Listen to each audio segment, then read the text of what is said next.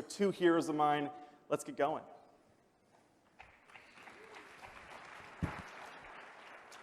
Linnea, so you're a female athlete, NCAA Division I. What's been your experience with sports? Have you had to compete against any males? Like, tell us your story. So the vast majority of my time in NCAA Division I athletics, I didn't. It wasn't really an issue until my senior year, which had been my fourth and last year of eligibility in the NCAA. My coaches called me over the summer of 2019 and let me know that an athlete that I had previously been seeing competing in the male category was now going to be competing in the female category against me, myself, my teammates, and every other woman athlete in the NCAA.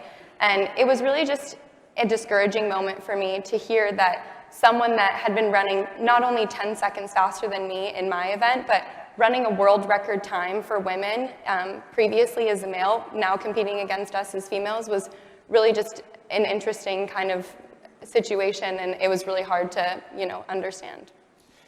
No, it's incredible. So, Rhonda, you're a state legislator in South Dakota, and you've introduced legislation on this issue. When did you first become aware of it, and why did you bring forth this legislation? Well, I think the awareness, the first term that I served, there was a bill that was introduced that failed. But this year, when it was put out there was a bit of a pause, but then there was an excitement because this is important. We live in America, and our freedom is important, and our girls are important. I want to make sure that people know that. No, that's exactly right. Linnea, these threats are nonstop. They've been going on for the past 10 years, and progressives have been making progress across all 50 states. What is female sports going to look like in 10 to 20 years if we don't stop these guys? I feel as if women are going to be watching their own sports from the sidelines. We're no longer going to be wanting to compete in sports where we don't feel as if we're competing on a level playing field.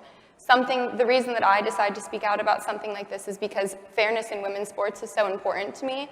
And if we're allowing biological males that possess physiological advantages over biological females to compete in the female category, we're no longer going to be interested in competing and being a part of sports, which is such a big part of my identity, as well as other females across the nation as well. And so if we continue to allow this to happen, things like Title IX are just going to be reversed, and women aren't going to want to be in competitive sports anymore, and it's just going to completely go against what we stand for. And so it's kind of upsetting to see. No, it's absolutely insane. Thank you. Please give her an applause.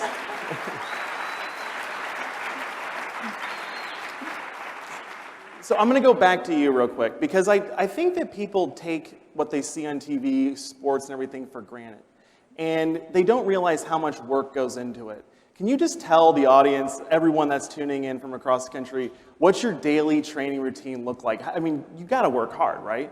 Yeah, and so I had made a comment about my last season of eligibility, which would have been last year. Because of COVID, I have been able to extend my eligibility, so now I'm a fifth-year grad student using my last season in the NCAA. And so I work full-time now. And so I'm waking up at 5:45 in the morning. I'm going to practice for 2 hours. I'm then driving to work where I work all day. And then I'm doing online school because that's the world we live in right now.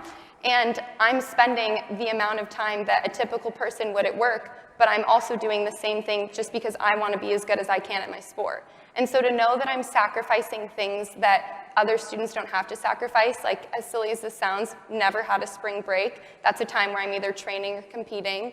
I'm not going out on vacations with friends. I'm not doing any of these things because I'm sacrificing as much time as I can because I'm dedicated to being the best that I can in my sport. And so I feel as if women shouldn't have to be forced to compete against people that have a different biological advantage, like I said, because it's just going to make us not motivated and not want to we're not going to want to stay in the sport that we love so much.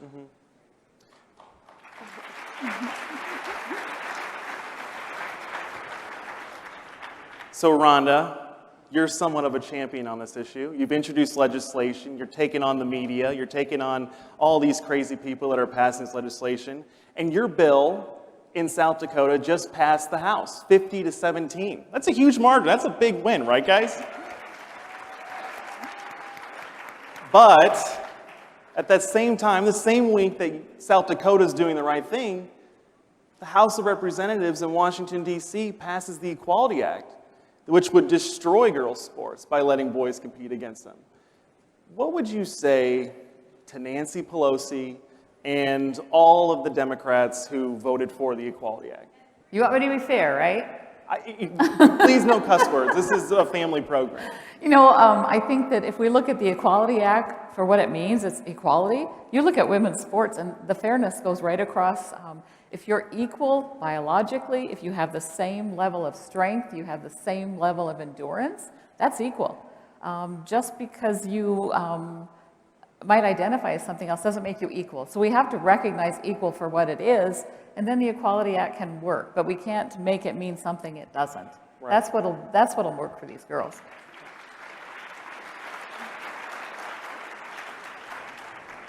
Linnea, the thing about this issue is it's so treacherous, right? I mean, you take a step out in this arena and the media immediately tries to brand you as a bigot or a hateful person. So I spent the whole day with you today.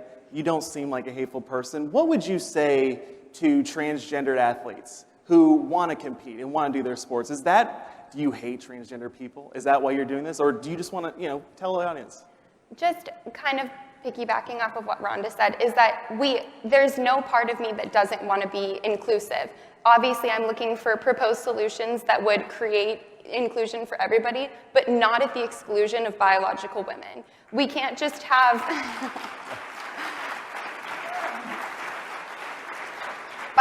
We use this trigger word as inclusion, but people don't realize that by being inclusive in that sense, it is exclusionary to people like myself. And so we don't want men's and co-ed sports, we want men's and women's sports, and that's why there is separation of sex within sports as well. And so I think that gender identity doesn't erase physiological advantages, and that's just something we have to remember.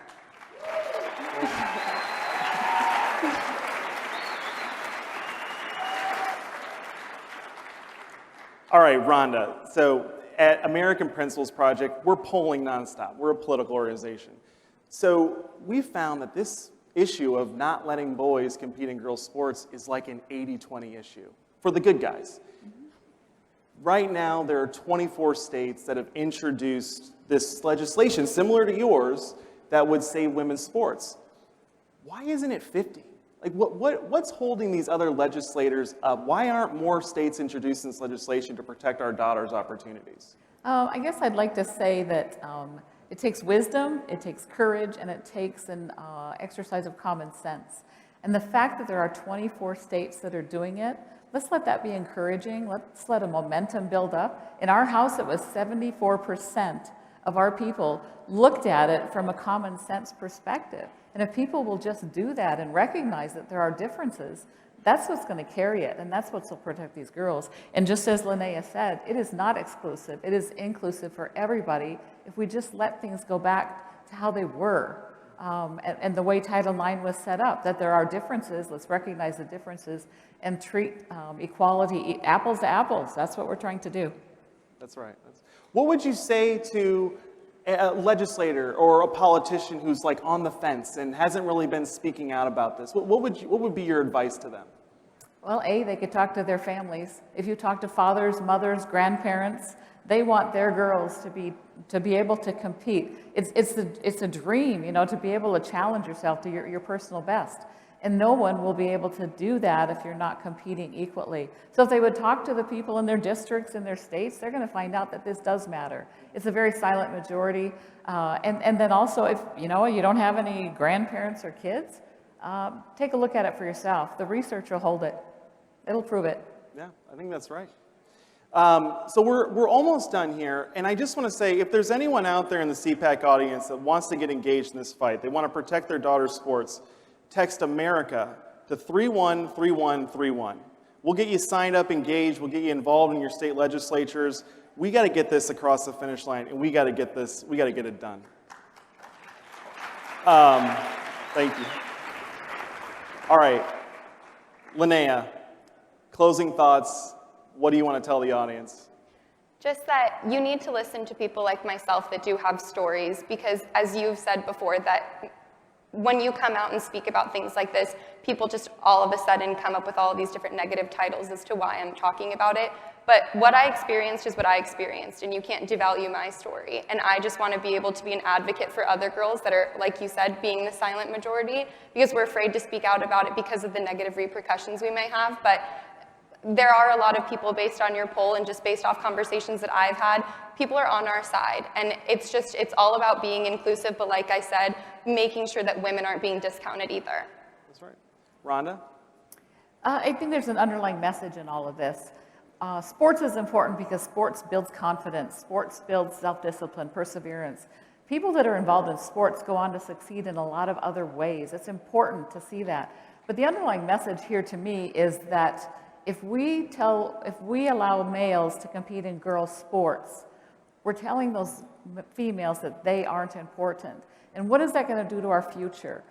Women have risen to governor. Our governor is a woman. She's a fantastic governor. And we have other women. We have women congressmen. And they have done those things, and largely in part because of sports, because what it did for them. So if we take that away from them, we're telling them that it's not important anymore, and it takes hope away. On the flip side of that, if you have males who are competing against females, and they're winning because they have a physical advantage, we're telling them that it's okay to be superior and almost to bully. And I don't think that's the message we want to send to any child in this country. Well, Linnea,